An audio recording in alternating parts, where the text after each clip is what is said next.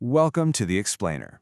You know, when we hear the Middle East, our minds usually jump straight to the headlines, right? Well, today, we're going way beyond that. We're going to dive deep into the ancient history of a region that's literally one of the great cradles of civilization. So let's get into it. All right, here's our game plan. First, we're going to break down that name, Middle East. Where did it even come from? Then, we'll journey back to the very first civilizations, meet some of the incredibly distinct peoples who shaped the region, and finally, we'll see how all their stories weave together into one single, epic history. It's going to be a fascinating ride. So, like I said, when we hear Middle East, it's easy to just think of modern conflicts. But to really, truly get this region, you have to peel back those layers. Because what you find underneath, well, we're talking about the birthplace of civilization itself. Just think about this for a second. We're talking about the birthplace of monotheistic religion, of writing itself, the first written legend, the first legal code, the whole idea of a complex empire. These aren't just ancient history facts. These are foundational ideas that literally shape the world you and I live in today. Okay, so let's start with a really basic question that's actually not so basic. The name itself, the Middle East. It feels like it's been around forever, right? But where does that term actually come from? Well, the answer might surprise you. It's a lot more recent and a lot more specific than you probably think. Turns out the name doesn't come from the people of the region at all, not even close. It's an external label, something invented by the British Empire, back when they pretty much saw themselves as the center of the entire world. Yeah, just try to put yourself in their shoes for a second. Imagine you're a map maker in 19th century London. The British Empire is at its absolute peak, and you're charting the globe. From your point of view, everything is measured by how far it is from you. And you can see this worldview baked right into the names they came up with. The lands closest to them in the east, places like the Balkans and Turkey, well, that was the Near East. The lands way, way out there, China, Japan, that was the Far East. So what about everything in between? Yep, you guessed it. That became the Middle East. A simple name, really, born from a very specific London-centric point of view. Okay, so enough about the name. Let's talk about the land itself. We're going to a place the ancient Greeks called Mesopotamia, which has this beautiful, poetic meaning, the land between the rivers. And this is where so much of our story really begins. And here they are, the Tigris and the Euphrates. I mean, look at that. These two incredible rivers basically carved a life-giving oasis right out of the desert. This fertile crescent became so insanely valuable that for thousands of years, empires would rise and fall in a constant bloody struggle to control it. And you can just feel the layers of history here, one built right on top of the other, all in this same fertile valley. First you had the Sumerians. These are the people who gave us writing. Then came the Babylonians, who built a city that became legendary. And after them, the mighty Assyrians, a terrifying military empire. It's just an incredible concentration of human history, all packed into one place.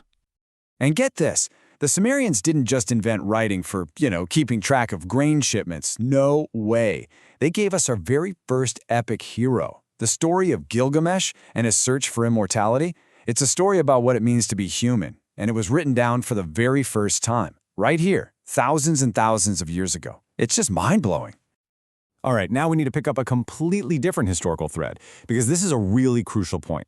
It's a common mistake to think everyone in this region is Arab, but that's just not true. A totally distinct and ancient people, the Persians, created one of the most magnificent empires the world has ever seen. So Persians, who today are of course Iranians, have a completely separate cultural DNA.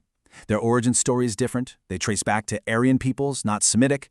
They speak a different language, Farsi, not Arabic, and their homeland is the Iranian Plateau, not the Arabian Peninsula. We're talking about a different people with a different and very proud history. And what a history!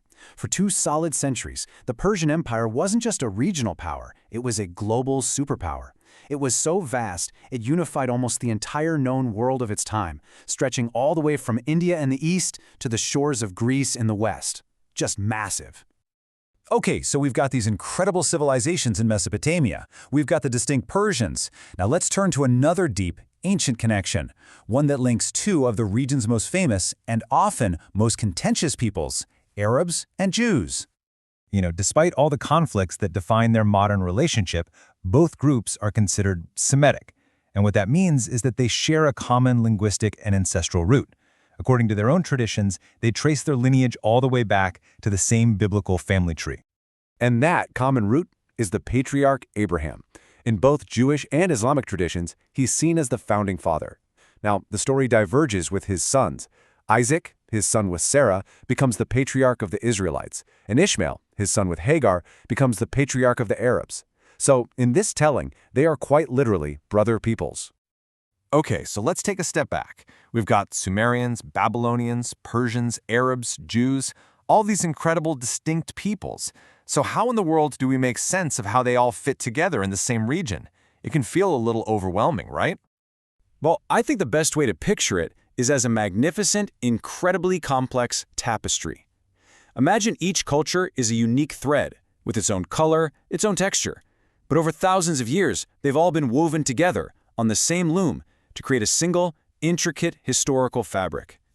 And it was these huge, unifying forces, things like great empires and sweeping new ideas, that acted as the loom, weaving these different threads together. The Persian Empire, for example, connected them all through a single administration. Then Alexander the Great came along and wove in a bright thread of Greek language and culture. And much later, the expansion of Islam added this powerful, unifying layer of shared faith across many, though not all, of these peoples. And you know what's so cool? This idea of a woven history, it's not just a metaphor I'm using. It is a literal, tangible part of the culture. For Persians, these unbelievably intricate carpets, they aren't just decorations. They are maps of their history, their philosophy, their very soul, all woven together, thread by painstaking thread. And that really is what I want you to take away from all this. When you understand this incredible depth, these ancient connections, these profound differences, these shared stories, it's a powerful reminder that history is never simple.